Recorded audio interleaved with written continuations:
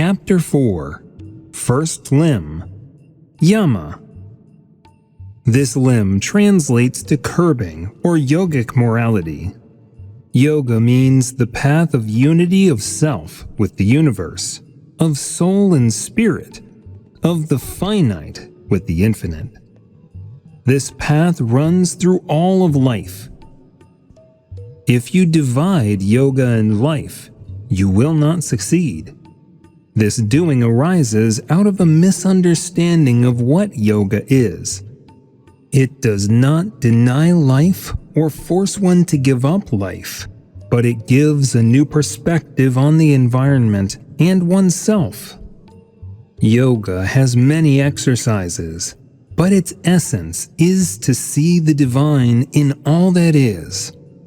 To do this, one must free oneself from the illusions that prevent this from happening. Illusions have been indoctrinated in our childhood by the surrounding people who are unhappy and ignorant. If you don't want to be the same, then you need to get on the path. The morality of yoga has nothing to do with social morality. It is the morality of the spirit, and it is necessary for spiritual growth to realize oneself not as a part of society, but as an entire universe, the infinite ocean of the divine Sat Chit Ananda. Ahimsa, do not kill. The do not kill principle is known to everyone and is even punishable by law. But ahimsa has nothing to do with killing. On the contrary, all philosophers of India speak about the soul's immortality. You are immortal, and no one can kill you, nor can you kill anyone at the soul level. However, our bodies are mortal. They are not eternal, just like all objects in the world. When you were a child, you had one body. Now it has changed. In old age, it will not be the same as it is now. The esoteric principle of ahimsa says that man is constantly killing himself. The conflict between your body, senses, and mind is causing violence and draining your energy in life. When you wake up in the morning, the mind says, "It is time to get up, go to work." But the body doesn't want to. It is inert. There is a conflict between the two. You love someone, but your mind forbids you to do it. It says it is immoral and illegal. Your feelings want joy and pleasure, but your body may feel weak and sick. This, again, leads to conflict. It makes you vulnerable, irritable, embittered against the world. But the cause is within you. Body, feelings, and mind, like a swan, crayfish, and pike, pulling you in different directions. Yoga is, first of all, the unity of body, senses, and mind. This unity can exist only through emancipation, on the one hand, and the development of the will as the ability to control the work of the body, senses, and mind, to achieve independence from them, on the other. Conflict cannot be suppressed. If you suppress something in yourself, you will not destroy it. You will drive it into the subconscious, and from there, this part will manifest. It will not give you peace. For example, we can consider how the human brain is organized. It consists of small cells, neurons. When you perceive some new object, recognize it. The neurons are connected into a group through their communicative overgrowth, axons. Inside the brain, there are many such groups that store information about people, phenomena, work, home, friends, etc. By accessing one of these groups, you can recall an acquaintance or an event that took place in your life. If you develop good concentration, you will remember everything that is happening so real and vivid that you will be immersed in what happened to you in the past. Groups of neurons are combined into blocks, among which there are pleasant and unpleasant memories, elevated and low, wise and foolish. Thus, the brain is divided into many parts, between which there is a continuous feud. Like, for example, between the part responsible for morality and the part related to sexuality, or the part related to your desire to be independent, autonomous, free, and the part responsible for reflecting the person who oppresses and terrorizes you. You begin to hate that person, but you end up destroying the area of the brain responsible for this. Recollection, hatred, anger, and other negative emotions are destructive. You can hate this person even when he is not there, even if he is dead, for the area of the brain that reflects him remains. The first thing to realize is that everything you know about the world is in you. It is memory, but this knowledge divides you. It is conflicting. Every part of the brain has a certain energy, and one energy is opposed to another, but realize that it is all you, yourself. All people, events, although they exist outside, but for you they are just parts of your brain, between which there is a continuous inner dialogue. Possible conflict or idyllic situations that may never happen are played out in imagination, and such work is continuous. Yoga is not primarily about suppressing one part of another, but about uniting all these parts into one whole. There are 3 ways to accomplish this. One is bhakti. Loving everything outward and inward will unite your parts and eliminate the conflict between them. Find in yourself what the whole world already loves, but don't be violent. Don't force yourself to love. Each part of the brain has a telepathic connection with the object it reflects. Thinking badly about someone, you send negative emotions in his direction. But if this person is not evil, then your emotions do not find similar and return again to you. If, however, you manage to influence this person negatively because he or she turned out to be similar to you, then, therefore, expect a conflict when you meet, or you, vibrating on a hostile impulse, will become an object of attack of other negative emotions. Each part of our brain, being tuned to a certain wave of emotional state, is capable of attracting appropriate energies and information from space and from other people. Magic is based on this. Knowledgeable people form such a part in themselves, which is responsible for reception of higher emanations, i.e., religious experiences, by means of reading prayers, mantras, devotional service to God, experience of sublime feelings, or which is responsible for reception of knowledge by means of creative work, philosophical reflection, development of intuition, etc.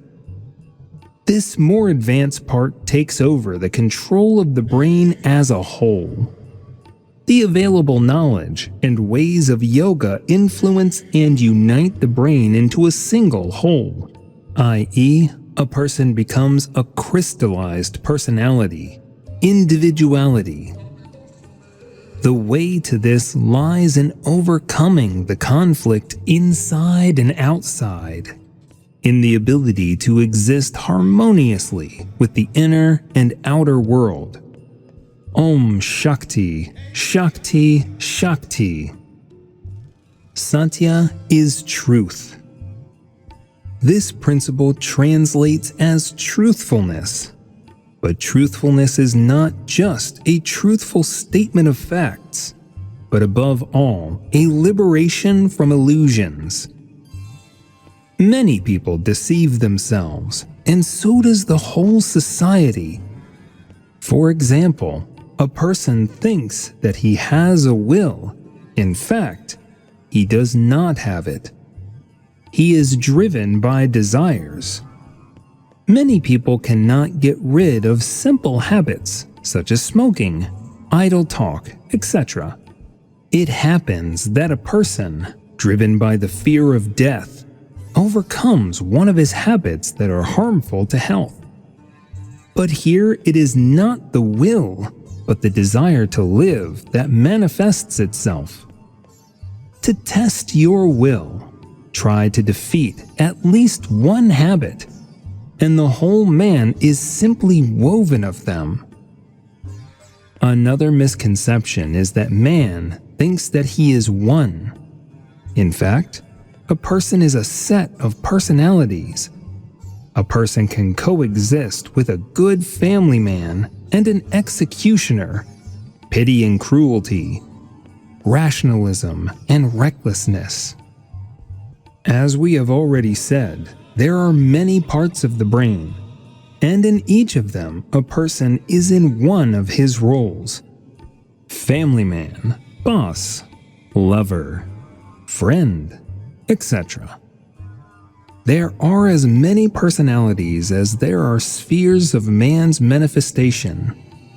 He is everywhere different, unequal. He cannot be himself. He is just the role. Even now, as you are reading these lines, you are in one of your most sensible roles, the role of the knower. It is this part that should integrate you into one whole. You are in the delusion of thinking that you are one. You have a legion of individuals within you, acting at their own free will. Each of them is given power for 5 minutes and does what they want in the realm of your being.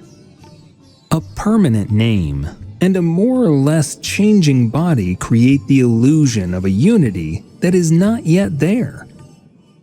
Each part of your brain has its own qualities, its own abilities. One may be wise, another may be efficient in action. All of them are essential to life. The only flaw is their separateness. These parts are like servants out of place. The stable boy is in the kitchen, the cook in the stable. The first thing that will help you to solve this discrepancy is the steward, the most intelligent part, armed with the techniques of self-regulation, which are all the exercises of yoga. Many people ascribe to themselves what they want to think of themselves. For example, that they are a soul, or that they are conscious or intelligent. In reality, these are just thoughts that do not correspond to reality. A person is identified with the body. They do not feel they are a soul, but they may think they are.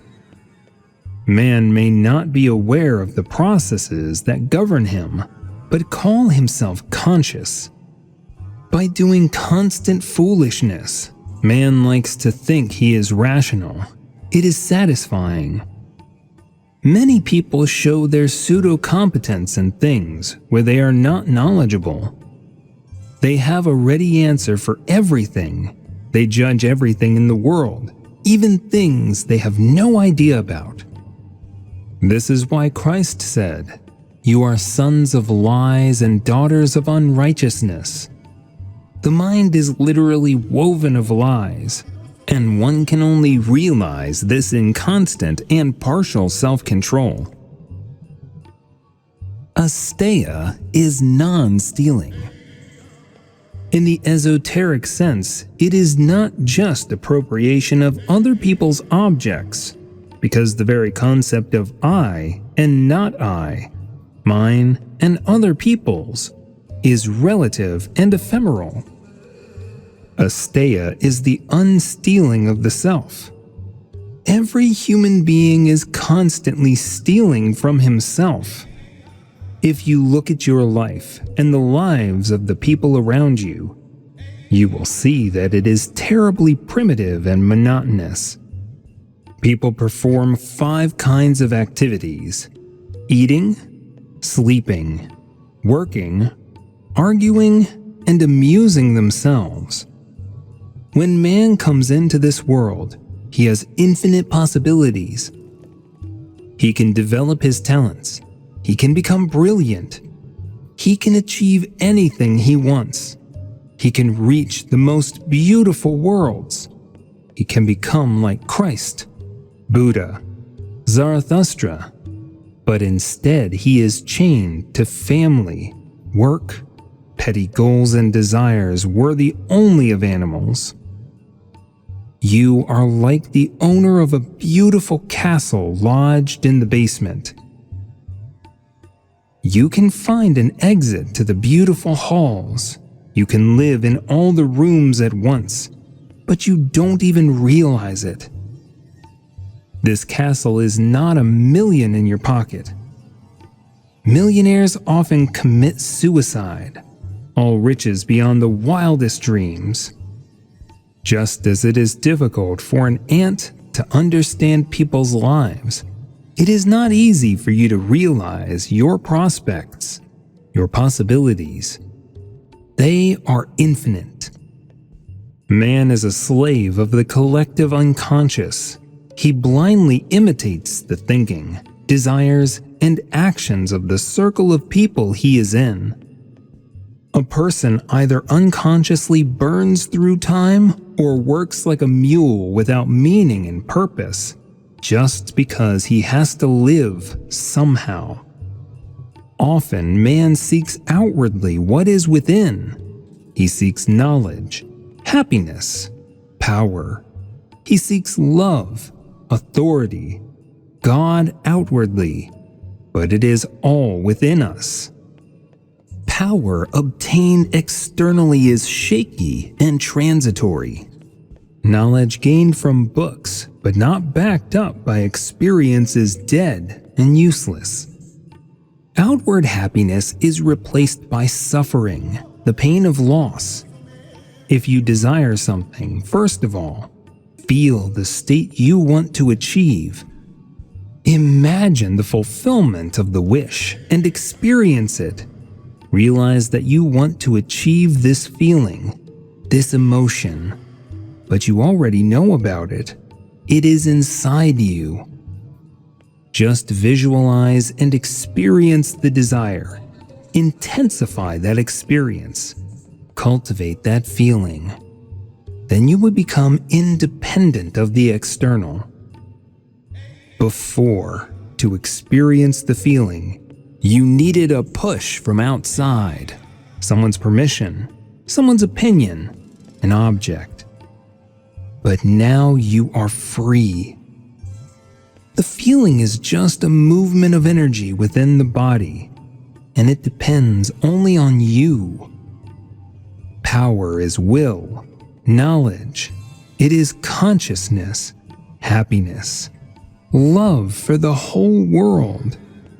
Yoga is the development of inner activity, energy. Ordinary people are active only externally. They are passive inside. Their feelings, their mind is triggered from outside. It is necessary to learn how to consciously manage them in order not to depend on the external. You can steal from yourself by living in constant expectation that something will happen. Someone will do something for you. A prince, a wizard will come. But it will never happen. Everything is within you. What you need is a celebration, but you are waiting for a day off, waiting for a holiday, and a celebration needs permission. Appetizers, drinks, friends, praise, gifts. You can celebrate always without any reason, just experiencing this state, just feeling the movement within you of the cosmic energy that is always here. It is just waiting for you to open up and be filled with it. That is true richness. Brahmacharya, celibacy. Brahmacharya is usually translated figuratively as celibacy, meaning to be a disciple of a Brahmin, a priest. We come to the knowledge of God through those people who have already comprehended Him, but we can only comprehend Him ourselves. At the beginning of the path, we need a push. We need a guru, a higher knowledge. Without this, we cannot even think that we can live differently. When we, having received knowledge, understand the purpose of life and its possibilities, we need a person to wake us up, to push us, to give us new instructions. But the guru will not guide you personally. There are very few enlightened people, and their tasks are great.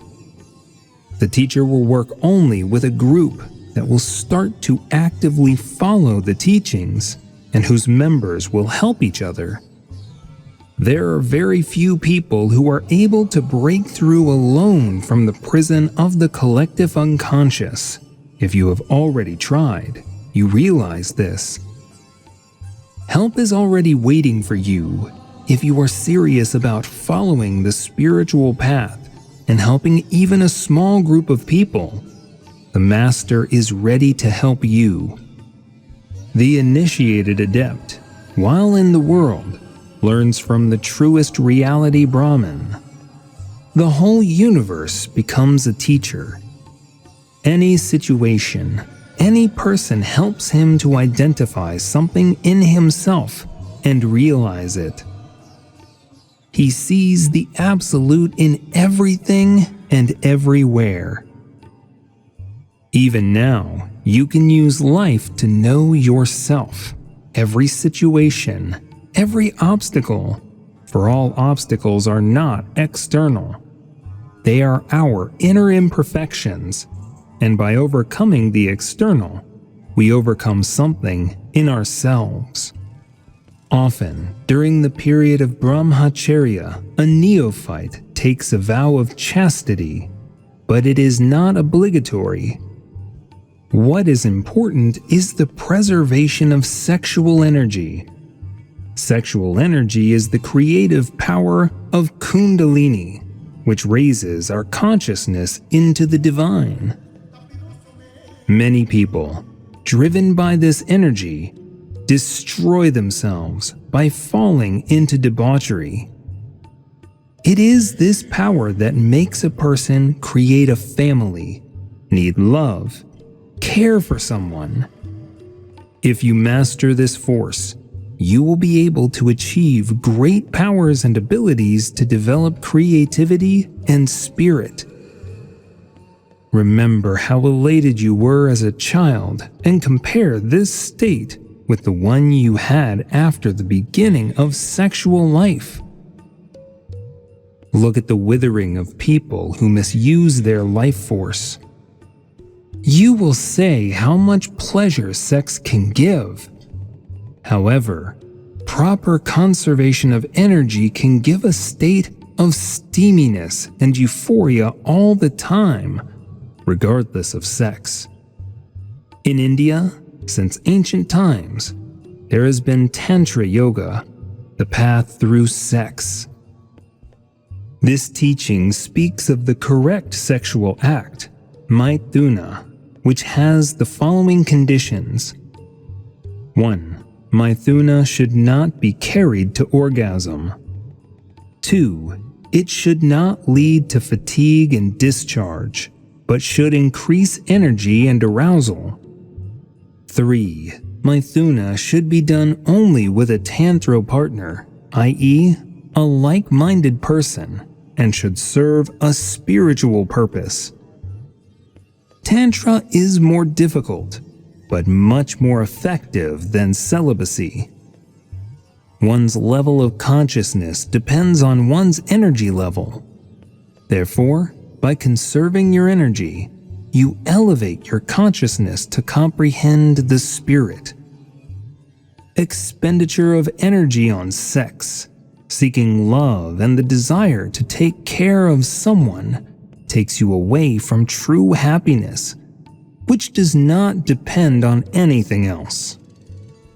Aparigraha, non-possession. People's greed is not only related to material things, but people's opinions and even spiritual goals can become an object of greed.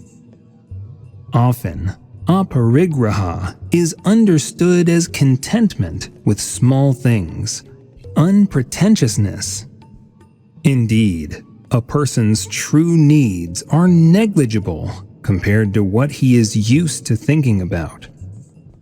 The renunciation of superfluous needs frees man to perceive the higher spiritual world.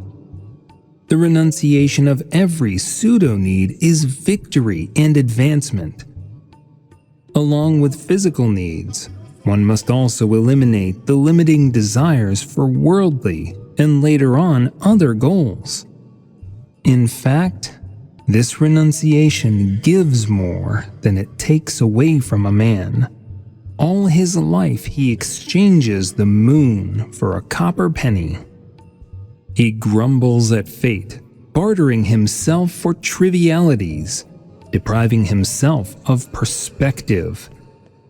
Any attainable goal limits you. In Buddhism, there is a Bodhisattva vow to bring all beings, plants, and even stones to enlightenment, and only then to go to nirvana. This unattainable goal makes it possible to achieve the unimaginable. It gives energy and the realization that human perfection is infinite. A limited goal diminishes your power, deprives you of freedom, limits your growth. If you don't dream the impossible, it is unlikely to come true. You will need milestones and goals in the beginning, of course, but strive for more. Don't think you can't achieve it. It is only a thought. After achieving the crystallization of your being, you will need to discard all goals and objectives, for you cannot achieve freedom by having a goal, just as you cannot enter nirvana by striving for it. At the end of the path, you have to give up even the highest goals for the sake of liberation and entering into the incomprehensible. This is the transition from action to non-action. Non-action is action without goals. A monk who has attained liberation is asked, "How do you live now?" He said, "I carry water and chop wood." He answered, "But we all do the same thing." He said, "You are not in what you do. You are in the pursuit of the reward, the result. I am content with the action itself." Man has forgotten how to enjoy life itself, the simple things he does. He longs for a reward, which he sometimes does not know what to do with. He strives for results, runs all his life to the finish line, but the finish line is death. It is necessary to give up greed and to be here and now, to enjoy life, to be content with one's destiny. Man is always looking for something outside.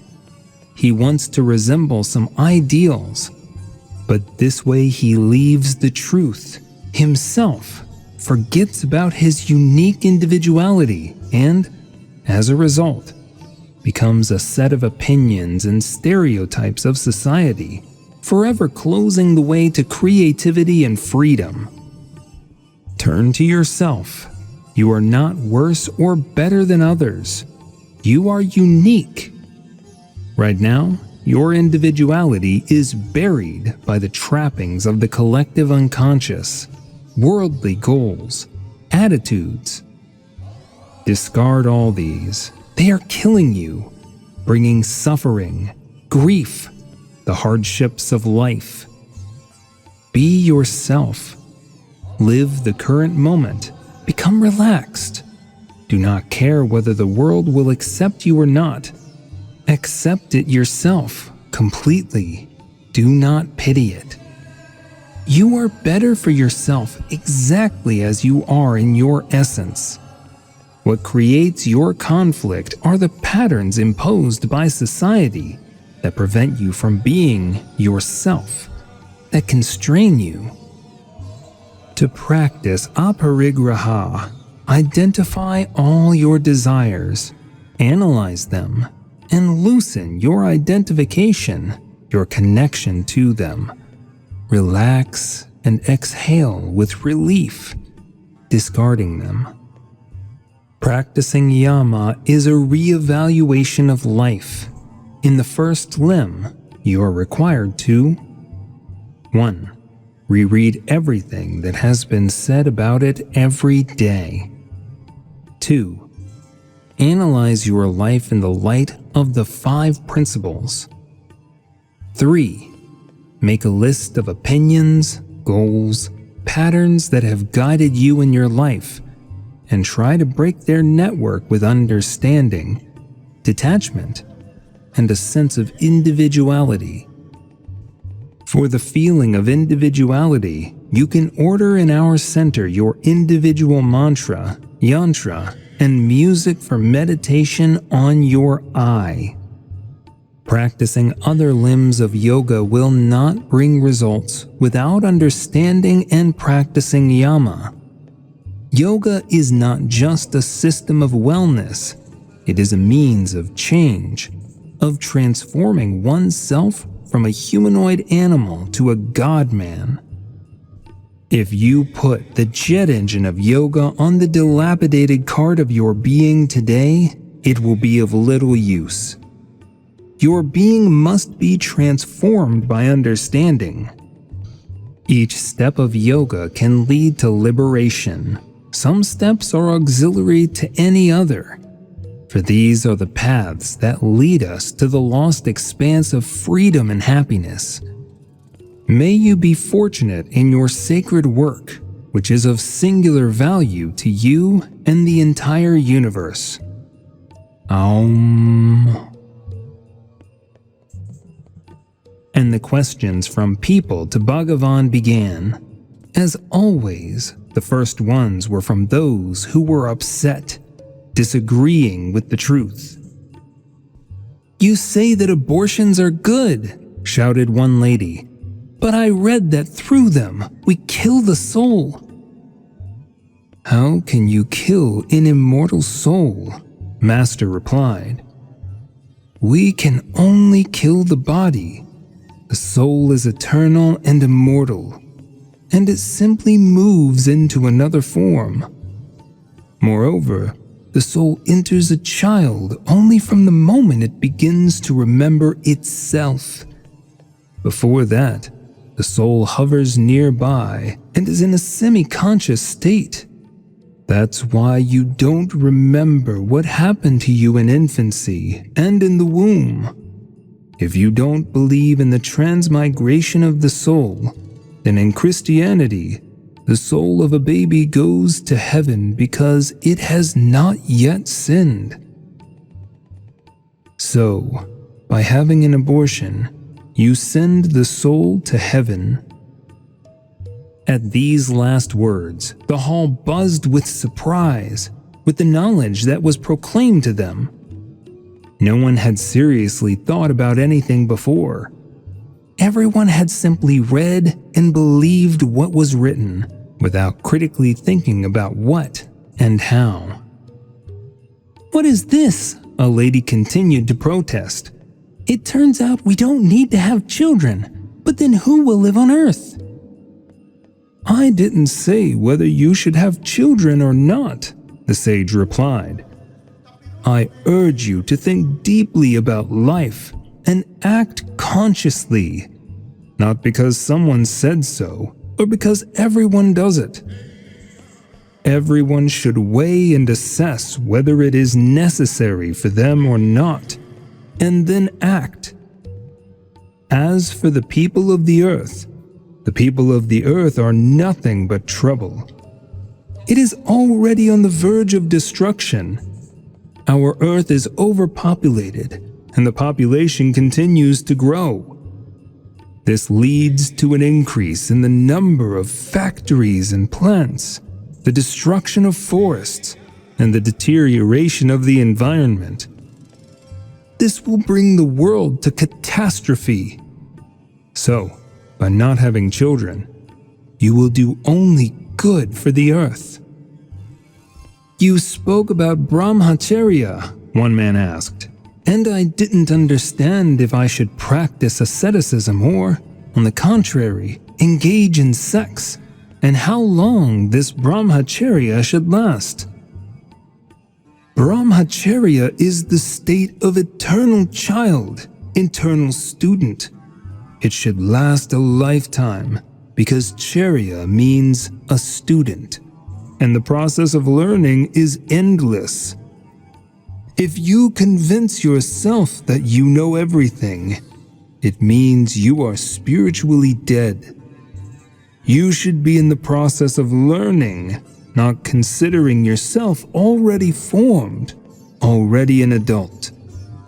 That's why Christ said, 'Unless you become like children, innocent, pure, open beings, you will not enter my kingdom.'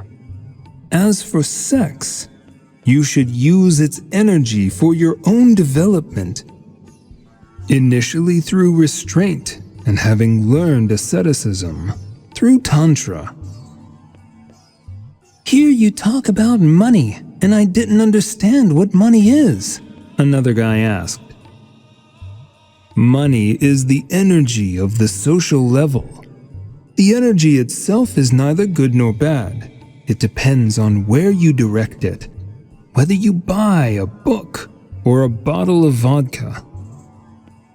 Many more questions were asked, and the incarnate demigod answered them in an equally unusual way, providing people with a vision of the world and themselves. At the end of the sermon, the Master led everyone into the astral, showing them the wondrous Holy Land in Trans-Himalaya. "Dear ones, open your hearts to the divine power and be filled with its grace," he proclaimed. "Close your eyes and tune into the wondrous land of the dedicated. Feel how your consciousness is transported there, and you see this abode of light and truth." People saw the dazzling white peaks of the mountains approaching them, reigning in the dark blue sky and illuminated by the light of the sun. The Himalayas. Here is the valley of the Brahmaputra River. Here is its source. High in the mountains, the entrance to the mysterious cave through which you enter the underground city of Trans-Himalaya. Huge halls made of sparkling quartz, jade, lapis lazuli, flowers made of precious stones. In the center of the largest hall, a golden throne, on which sits the Lord of the Circle of Kailash priests, rigged in japo, in a majestic pose. He gave his blessing to the souls that appeared in his abode, and once again, the road back. Take a breath in, and on the exhale, return to yourself. Thank the high power for this journey. Another preaching came to an end. People surrounded Bhagavan. We want to learn. Open knowledge to us. Master, lead us on your bright path. I want to be free. What should I do? Questions echoed. Your first task is to find a place where we can conduct more in-depth practices together. Gather those with open hearts. Spread the good news to all. Do you want to know more? Watch the animated masterpiece that reveals the mysteries of humanity. Discover more sacred knowledge in books. You can meet the main characters of books at our seminars. Find your amulet of power. Participate in an individual ritual. Open free channel with daily spiritual practices for yourself. All these you will find on our website www.amazon1.org.